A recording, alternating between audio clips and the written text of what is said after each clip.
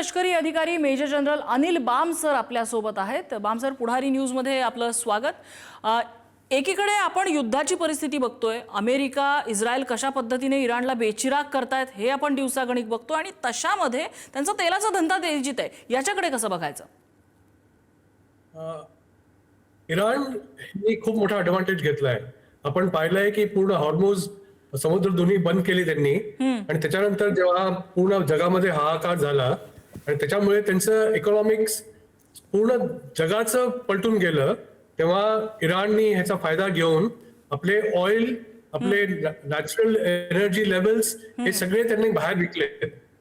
आपण मध्ये पाहिलं होतं की अमेरिकेने म्हटलं की आम्ही तुम्हाला 30 डेज सवलत देतो आहे की तुम्ही आपलं ऑइल विकू शकता।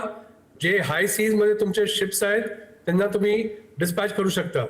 तेव्हा इराणनी म्हटलं होतं की आमच्याकडे हाय सीज वरती काहीच नाहीये, कारण इराणनी आपले जितके पण ऑइलचे साठे होते हे बाहेर काढून, जेव्हा डॉलर बॅरलचे किमती डॉलर 100च्या वरती गेले, परवा पण ब्रेंट ऑइल जवळजवळ $115 पर बॅरल होतं।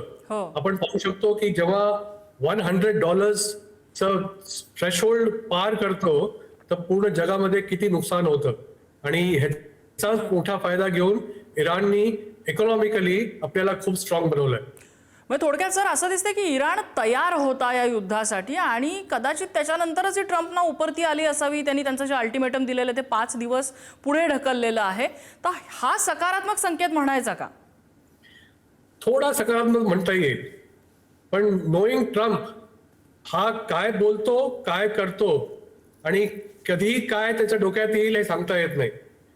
डेफिनेटली हा स्टेटमेंट की आम्ही 5 दिवसासाठी पॉज करतोय आणि त्यांनी म्हटलंय की आम्ही इराणच्या एनर्जी लेवल्स वरती, म्हणजे जितके इलेक्ट्रॉनिक्स आहेत, जितके इलेक्ट्रिकल्स आहेत, जितके पॉवर स्टेशन्स आहेत, जितके इन्स्टॉलेशन्स आहेत, ह्याच्यावरती आम्ही हल्ला नाही करणार आहे। आणि मी ऑफिस ऑफ डिफेन्सला हुकूम दिला आहे की पुढचे 5 दिवस ह्याच्यावरती पॉज ठेवा। एक नेहमीप्रमाणे त्यांनी ट्विट पण केलं आहे, जवळजवळ पूर्ण पानभर ट्विट आहे, सेइंग की मागच्या 2 दिवसापासून आम्ही आणि इराणचे चांगल्या वाटाघाटी झाल्यात, खूप पॉझिटिव्ह नोट्स वरती आम्ही बोललेलो आहे।